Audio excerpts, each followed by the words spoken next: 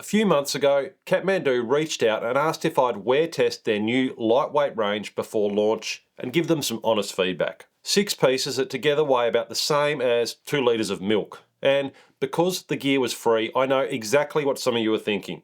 Here comes the ad. So here's the deal. I'm going to show you which pieces earned a permanent spot in my kit, which ones only work for certain trips, and the one bit of feedback I gave Kathmandu that they probably didn't want to hear.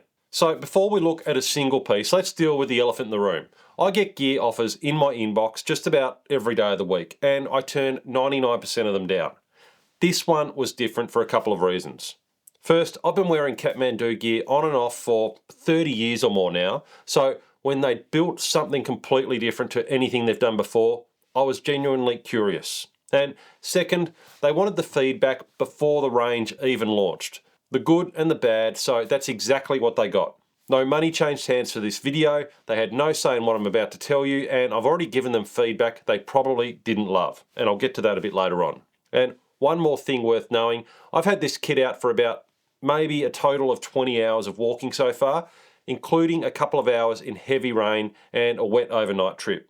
Now that's enough to tell you something real. What I can't tell you yet is how it holds up over years of Tasmanian abuse, and if anything falls apart or lets me down over the coming months, you'll hear about it on my channel and on my Trail Kit website where all my gear reviews live. Right, so we've got 6 pieces. Let's start with the one I haven't been able to take off, the hybrid Octafleece hood jacket. And I'm talking about this thing here that I've got on now. Every hiker has one piece of gear they reach for without thinking, and for the last couple of months, this thing has been mine, and that surprised me because I already own a drawer full of fleeces. Now, this fleece is made from a fabric called Octa, which is this super light, lofted sort of synthetic that traps warmth but breathes like nothing else I've worn. I've worn other Octa fleeces before, but this one has a thin layer of sort of cordura on the front panels and on the sleeves, and it really does change everything. The cordura takes the edge off the wind, and it makes this feel more durable than my other Octafleece, which I've actually already torn on the sleeve. I've been pulling this one on at the summits of peaks and not needing a shell or down jacket over the top all the time. It's doing the job of a mid layer and a wind shirt at the same time. Now, some of you may remember the Alpha Direct fleece I reviewed around 6 months ago, and that's the one where, that's that fleece where the air can sort of flow straight through it, gives you good airflow.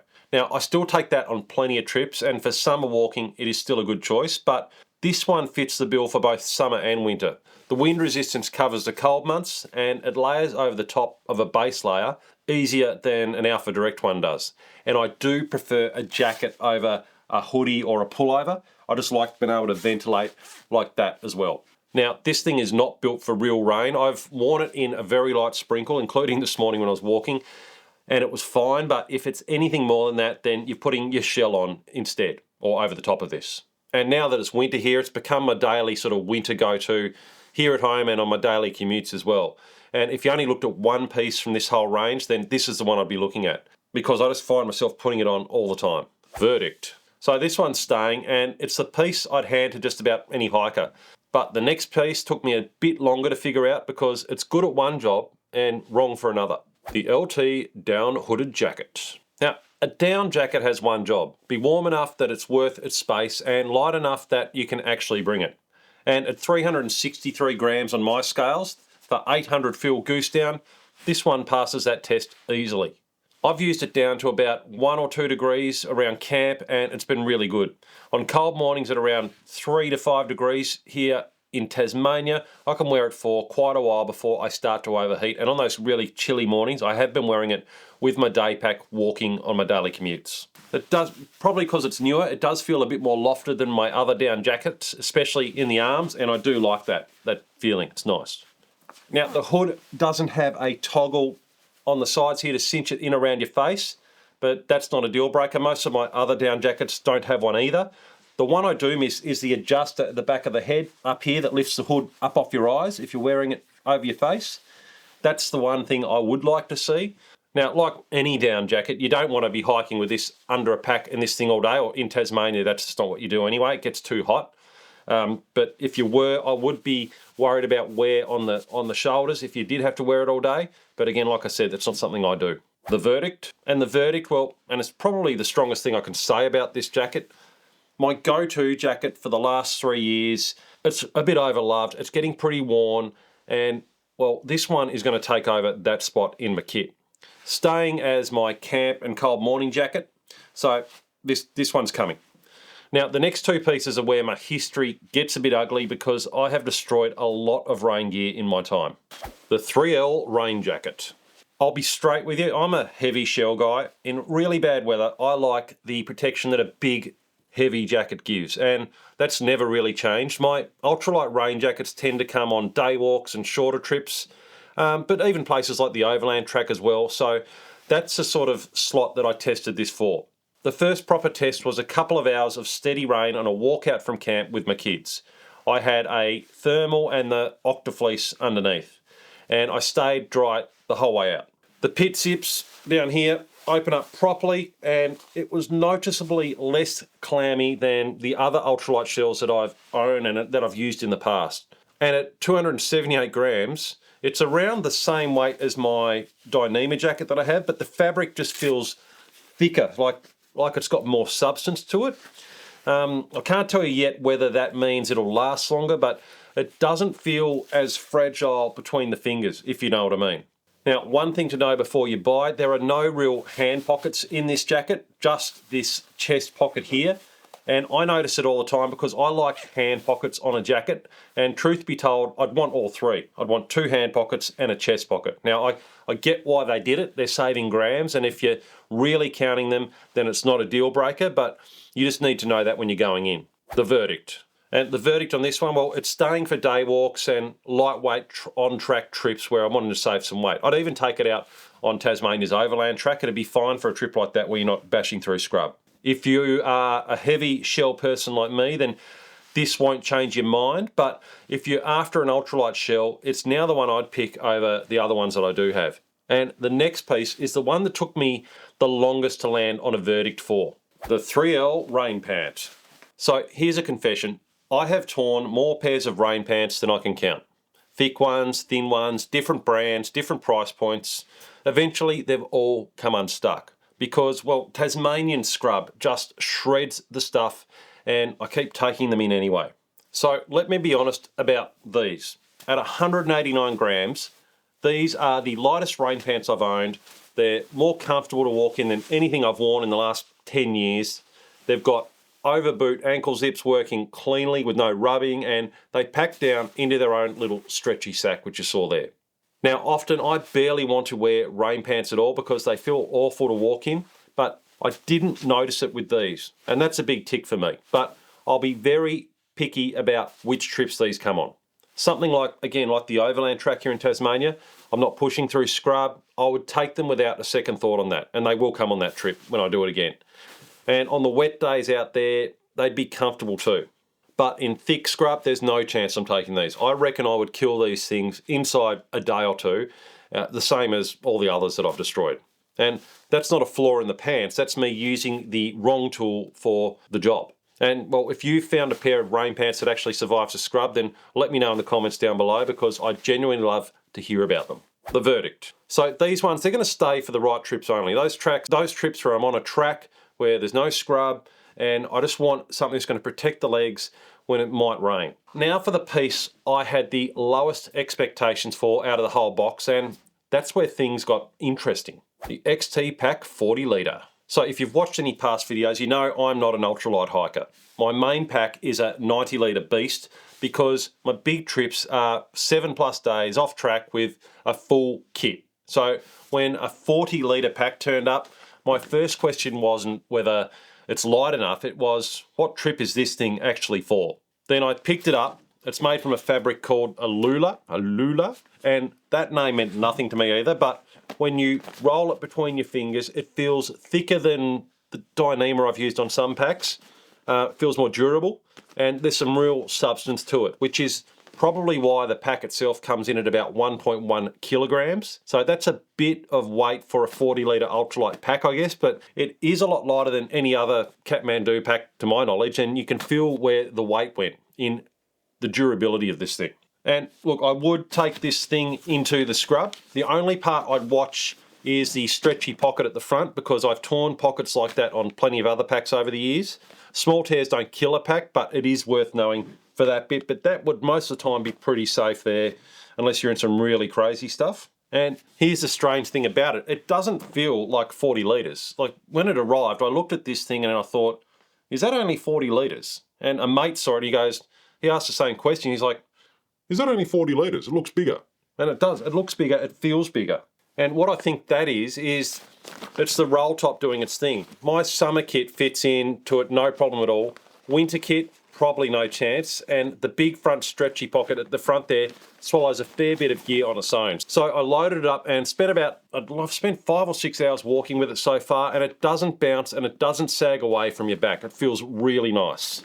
The harness sort of sits on like a running vest. It's got 2 sternum straps there, which are good sternum straps too. A lot of packs I've found in the past, they can sort of leave you wanting on the sternum strap. This one's got 2, which is nice as well. And the harness actually sits a bit like a running vest, and that's the bit you notice every hour you've got it on. I like running vests and that style of pack with the stretchy pockets and stuff at the front there as well. I do like that. That's nice. And you can fit your phone in that little pocket there as well, which I normally have a phone in an external pocket on my packs. I could fit one in there too. And the hip belt's got a couple of pockets in the front too, which are nice. You can fit a phone in them or snacks, which is what I do. And you look at that padding, beautiful. It is super comfortable, really nice, comfortable pack to wear. And I did have 2 minor criticisms of this pack, and I gave both of these to Kathmandu directly. The roll top closure clips together at the top like that, but there's no clip down each side to pull it flush against the pack, which is what you do with a lot of other packs made like this. You'd have a clip down the side there to keep it nice and sort of tight and sort of streamlined. But on this one, you roll it up and they sort of clip over the top like that, and it sits there like that. Well, once you put that on over the top, it clip. But you see what I mean? Like it's all sort of hanging out there. So the top feels a bit loose and less streamlined than it could be. And what I'd really love is to see this exact pack in like a 60 or 70 litre version. If they build that one day, then with this harness and this material, I'd be very keen to try that out because then I'd take it out on some real missions. The verdict. So this thing is staying for sure. It's already my day walk pack of choice. I've taken it on a few day walks as well, and it'll do the odd overnighter as well, for sure. I'd maybe take it on a 2-nighter walk, but I just don't know if I'd fit all my gear in. That's the sort of guy I am. I'm a big pack guy, but I'd certainly give it a try. My 90 litre pack keeps the big off-track work, so that one keeps coming there. But yep, this one is going to be coming on those shorter trips. Now, the last piece, and it's the one I went in most sort of skeptical about, because I'd never heard of this brand, and with boots, that's a bigger risk than a dodgy pocket on a backpack or something. The Oboz boots. So Kathmandu also sent me a pair of their Oboz Katabatic mid boots to test alongside this range. And when they arrived, I had to look the brand up because, I hadn't really heard of it before. And if a boot goes wrong out on a multi-day trip, you can't exactly pop into the shop and swap it over or get it fixed. And I am a boots person. I don't really hike in trail runners. I just feel more confident and more comfortable in boots because it's what I've always worn. So these ones, they felt a touch stiff out of the box, which is normal for a new boot. That's pretty normal for any boot. But I barely had to break them in. And the first real test, well, that was that wet overnight trip I did with my kids. And that was a kind of day that finds every weakness in a boot pretty quickly. My feet stayed dry the whole way through, not a single rub. And by the time I got back to the car, I'd stopped thinking about them. And my feet were actually really, really dry, not a drop of water in them, which I was very surprised about because it was pretty wet walking. And well, that's exactly what you want from a boot. They've got a Vibram sole, which is basically requirement for me on any boot I buy or trail runner. I've always go for a Vibram sole. And the verdict, well, these are staying with a clear use case. They sit right between where my heavy leather boots are for off-track epics and trail runners that I would take on maybe a day walk. So that's things like day walks, quick trips on multi-day trips, probably like the overland track, I would wear these. They're a very good option. And for long, rough off-track stuff, well, I'm still reaching for my lower leather boots that I wear on most trips. The thing I told Kathmandu they didn't want to hear. So that's the 6 pieces, and you'll have noticed that not one of them got an unconditional yes for every kind of trip. And that's normal. No gear is right for everything. but here's the bigger picture.